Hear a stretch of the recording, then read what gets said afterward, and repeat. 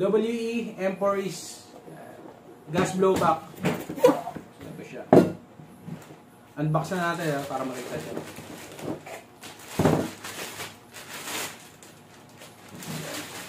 Ito kay ano to kay Sir Ferdinand na General Trias.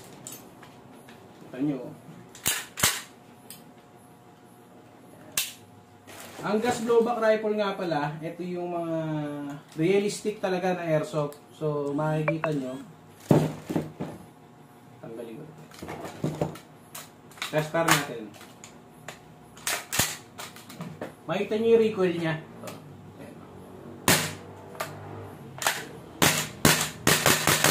Full automatic natin.